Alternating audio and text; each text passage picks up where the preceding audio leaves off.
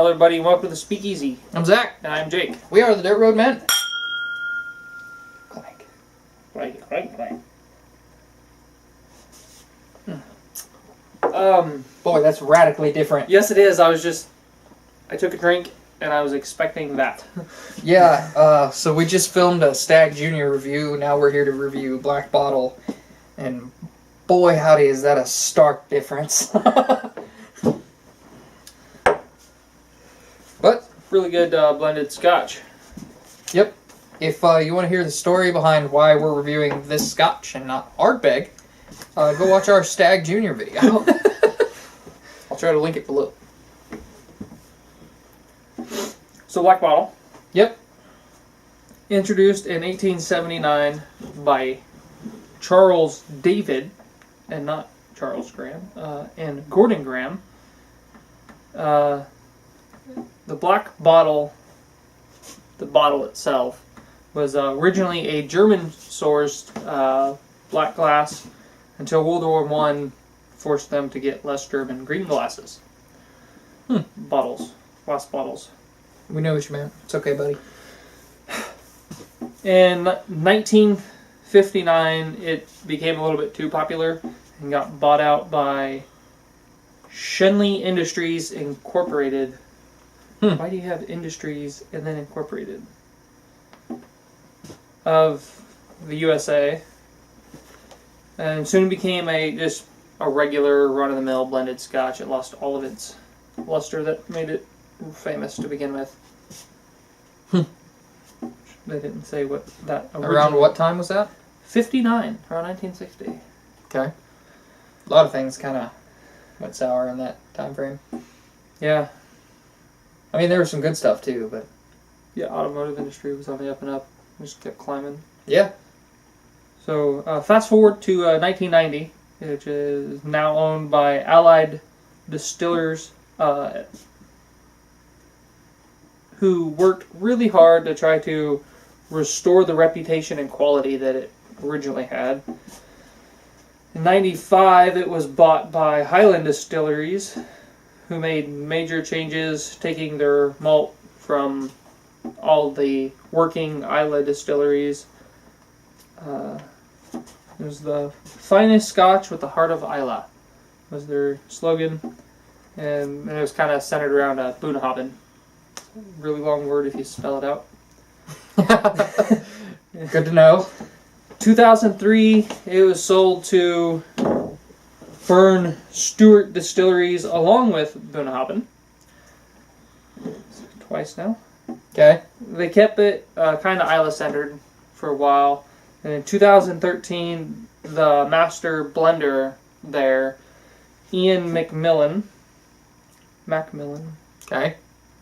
said it lost itself to... Sorry, Just words. keep rolling, man. Lost itself in Islay, and they reformulated it again to more of the northeastern roots that it apparently originally had, kind of balance it out, and then they brought back the black bottle, Okay. the black glass bottle, because it's black and a bottle. Do you need to work in the words Black Bottle a couple more times? Black bottle. I will say that it doesn't taste or smell like an Islay whiskey. It smells and tastes like a Highland whiskey. Yes. Which I suppose could be the Northeast region. I know them like data. I don't know them like photo locations. So, for me, it's like plugging in a number value. Yeah, I think before it was a lot smokier. Yeah, And now it's... I would love the smoke. I really want a whiskey that's this cheap that has that smoke. That would be... However, I like this better than Ardmore, which I actually had like the day before yesterday. Uh-huh. And Ardmore is actually a single malt and Highland, and it runs like $10 more.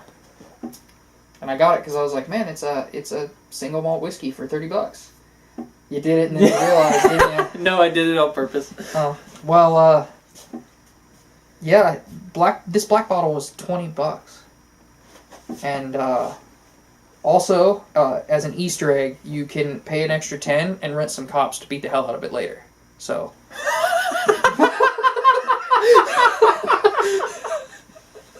Oh, that's messed up. Oh, I'm sorry. That was 100% off the cuff. Off the cuff. I made it up like right off the top of my head. I know what off the cuff means. I was just saying, I was adding on to your cop thing. Gotcha. Cuffs, handcuffs. Oh, okay. Sometimes you're slower than I am. Sometimes. But it is pretty good. It's a little thin, which I bet it's watered down to... No, it's 43%. Wow. Although coming off the heels of Stag, that might be why I'm like, yeah. It is a lot lighter and I wouldn't necessarily say friendlier. It's just there's a lot less alcohol in this glass. Yes. I do notice some floral notes and things that remind me of a Speyside with a little bit of smoke in there, which is pretty characteristic of a Highland whiskey. This tastes like budget Highland Park. To me. Man. You were just in there huffing that thing like Scarface. My nose is kind of stuffy. Gotcha. I do get some kind of fruity note. I want to say it's like plums, but I say that a lot with Speysides. Might just be a Speyside characteristic. Yeah, like bourbon tends to have apple, and then either a caramel or a honey or some kind of sugary note like that. And like a warm summer day. Yes. This, however, I genuinely think if I'm going to stock up a basic bitch bar to share with everybody, I would get Wild Turkey 101, I would get this, I would get Rye 1, and I would get Tullamore Dew. And that would be my whiskeys that I would freely share with everybody because they're good representations of each. Now, this might not be as friendly as a Speyside for some people, but if they back off of it, they have other choices. This is almost Irish friendly. Well, the smoke really puts some people out. And we had trouble with smoke early on. Remember the first time we tried Highland Park? Yeah. I do. Somehow between trying Highland Park and trying Lafroig, though, we were in it to win it. But this doesn't... I don't know, I feel Highland Park has a lot more... It has a lot more... Highland Park has a lot more character. It's less thin and more complexity, more notes.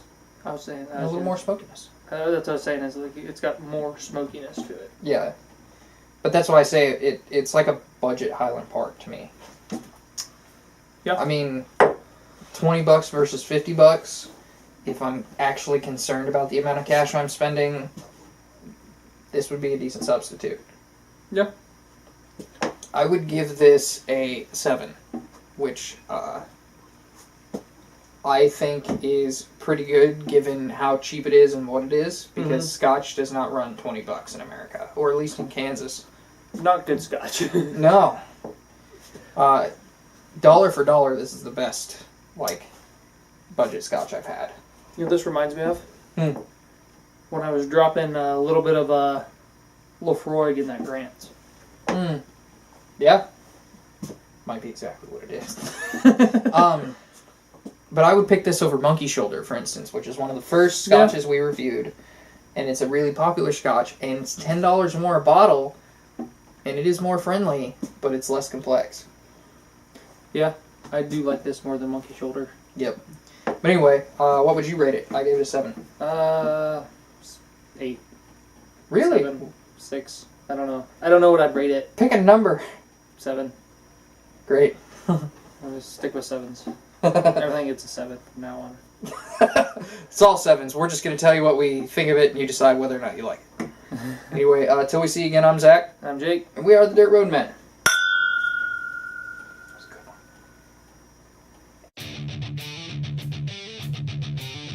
Hey everybody, if you like this video, hit a like or dislike, comment, subscribe, and hit the notification bell.